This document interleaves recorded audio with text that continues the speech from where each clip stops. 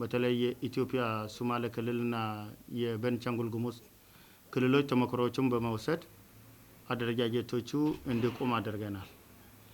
ስለዚህ እነኚህ አደረጃጀት ስራዎች በጥሩ ሁኔታ ተደራጅተው ወደ ራሳቸው ስራ ውስጥ ገብተዋል።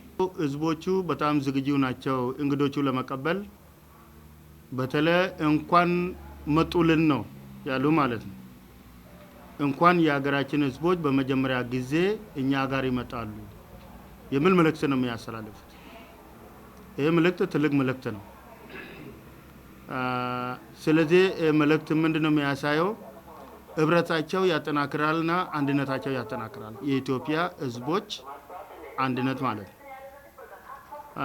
ስለዚህ የህዝቦቻችን አንድነት በዚህ አጋጣሚ ይጠናክራል ብዬ ሙሉ እምነት አለኝ ማለት ነው። ስለዚህ ትልቅ አጋጣሚ ነው። በተለይ የኢትዮጵያ ህብረት የኢትዮጵያ አንድነት ያጠናክራል በዚህ አጋጣሚ ማለት ነው። ምክንያቱም እነኚህ ህዝቦች በስም ነበረ ሲሰሙ የነበረ በሌሎችም ክልሎች አካባቢ። ስለዚህ ኑዌር፣ አኟ፣ ማጃንግ፣ ኦፖና ኮሞ ምን አይነት ህዝቦች እንደሆኑ በግልጽነት ከርቀት አንፃር ምናልባት